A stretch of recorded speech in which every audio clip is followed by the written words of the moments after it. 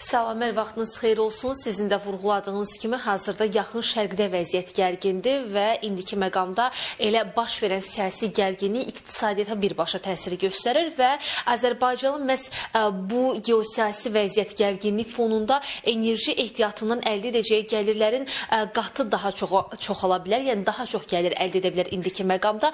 Bununla bağlı daha detallı informasiyanı hazırda elə qonağı Milli Məclisin üzvü Vüqar Bayramovdan əldə edəcəyik. Xoş gördük Vüqar bəy.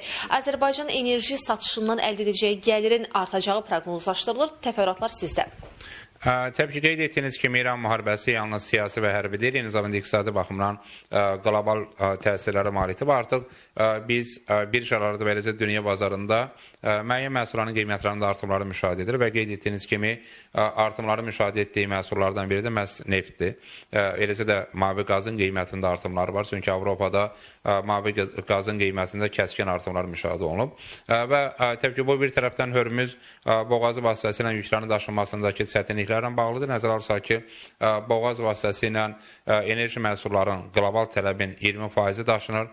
Bu da əslində ciddi bir rəqəmdir. Bu demək ki, qlobal istehlakın 5də biri məhz sözgedən boğaz vasitəsilə təmin olunur. Bu da təbii ki, birbaşa dünya bazarına təsir göstərir. Eyni zamanda Körfəz ölkələrində hasilatın azalması müşahidə olunur. Bildiyiniz kimi İraqda hasilatın 60% azalması qeydə alınıb. Səudiyyə Ərəbistanı, Birləşmiş Ərəb Əmirliyi, beləcə də Küveytdə infrastruktur baxımından həm təbii ki, çağırışlar var, eyni zamanda hasilatın azalması qeydə alınır ki, bu da dünya bazarına çıxarılan neftin həcminin azalmasına və qiymətlərə təsir göstərir. Bu baxımdan biz qiymətlərdə artımları müşahidə edirik və qiymət artımları xüsusən müharibə başladıqdan sonra daha sürətlidir. Düzdür, dünən Asiya bazarlarında biz daha yüksək qiymət artımları müşahidə etdik. Daha sonra Vaşinqtondan gələn açıqlamalar neftin dünya bazarı qiymətinə müəyyən qədər təsir göstərsə də var, amma yenə də neftin dünya bazarı qiyməti yüksək olaraq qalmaqdadır və praktik olaraq müharibə enerji bazarına və eləcə neftin qiymətinə təsirsiz ötüşmür.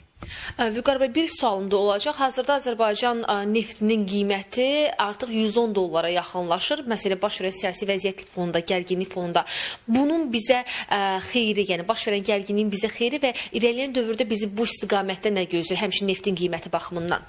Təbii ki, Azərbaycan bütövlükdə neft bazarında daha stabil qiymətlərdə maraqlıdır və Azərbaycan konfliktlər, müharibələr vasitəsilə neftin dünya bazarı qiymətinin artmasında maraqlı olan ölkə deyil və təbii ki, və İrana olan humanitar yardımımız ondan xəbər verir ki, Azərbaycan regionda sülhə maraqlı olan ölkədir. Amma təbii ki, qlobal təsirlər var və müharibənin də qlobal iqtisadi təsirləri var və neft bazarının qiymət artımları neft ölkələrinin gəlirlərinə təsir göstərir. Çünki nəzərə alsaq ki, 2025-ci ildə Azərbaycanda 28 milyon tona yaxın neft hasil edilib. Gündəlik hasilat barelinə təxminən 600 min barelə yaxındır. Eyni zamanda 2025-ci ildə Azərbaycan 23 milyon tona yaxın neft ixrac edib ki, bu ondan xəbər verir ki, neftin dünya bazarı qiymətinin artması Azərbaycan ixracatının dəyər ifadəsində artmasına gətirib çıxarır. Bu dövlət gəlirlərimizin artmasına və ölkəyə daha çox valyutanın daxil olmasına imkan yaradır və nəticə etibarilə yüksək neft qiymətləri və sizin də qeyd etdiyiniz kimi hazırda Azərbaycan marka neftin qiymətinin hər bareli 110 dolara yaxın təklif olunur və xüsusən qeyd etmək lazımdır ki,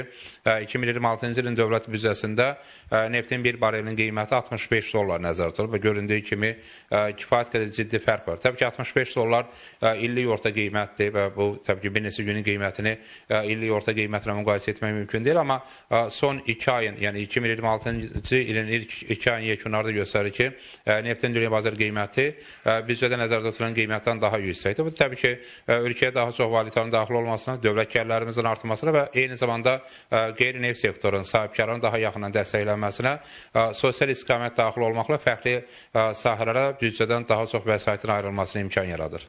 Təşəkkür edirəm ətraflı suallarımıza cavablandırdığınız üçün. Bəli, Azərbaycan neftinin qiyməti artıq 110 dollara yaxınlaşır və paralel olaraq da enerji satışından əldə edəcəyi gəlirin irəliləyən dövrdə daha da artacağı gözlənir. 2 qat artacağı proqnozlaşdırılır və detallı informasiyalar da əldə etmiş olduq. Çatdıra biləcəklərimiz bu qədər. Söz yenidən sizdədir. Təşəkkürümü bildirirəm.